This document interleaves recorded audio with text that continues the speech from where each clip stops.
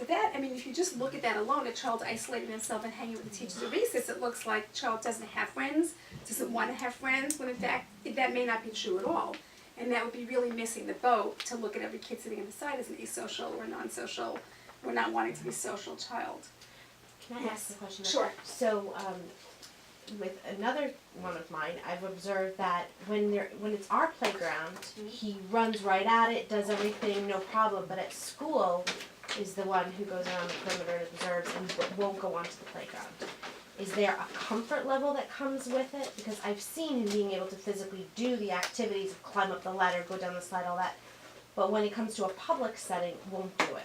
Okay, so there's several possibilities there.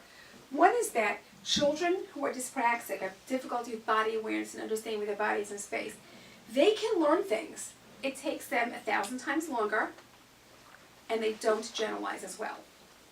So in your own playgrounds, you know exactly what's going to happen. You can predict how your body is going to respond to every single thing in your playground, or several of them.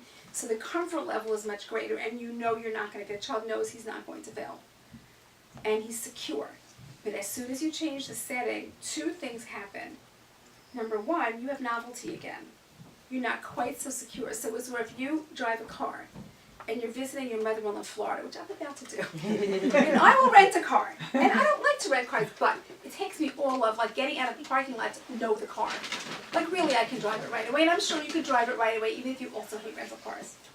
However, a rental playground is not the same for a child who has dyspraxia. They would have a lot harder of a time if you put them into a car and said, drive this car. You've got to figure out the mirrors, and you've got to figure out the side mirror, and you've got to figure out the height of the steering wheel. And if you're short like me, the monkey with the seat. You know, do I see over the steering wheel, do I not? Everything becomes uncomfortable. And then you get really jerky with your foot on the pedal. So too with kids who have dyspraxia. Transitioning to something new is very difficult. The skills are not as generalizable. And then there's another factor. There's a fear of hurting yourself. Because if you don't understand where your body's in space and you go on somebody else's high thing, you may not understand it. The feeling, you may be afraid of the sensation. The other is, when doing things in a multisensory environment is much scarier when you don't know what's going to happen. So in your playground, you can predict with a great degree of certainty who's going to be there, what it's going to be like, where mommy's going to be sitting. The playground in school, you never know what's going to happen. And there are kids of other ages as well.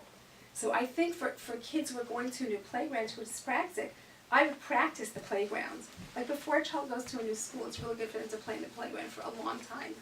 If they're dyspraxic, so they're used to it. Then when their bodies get used to it, you add the other children to the mix, they've developed a level of security.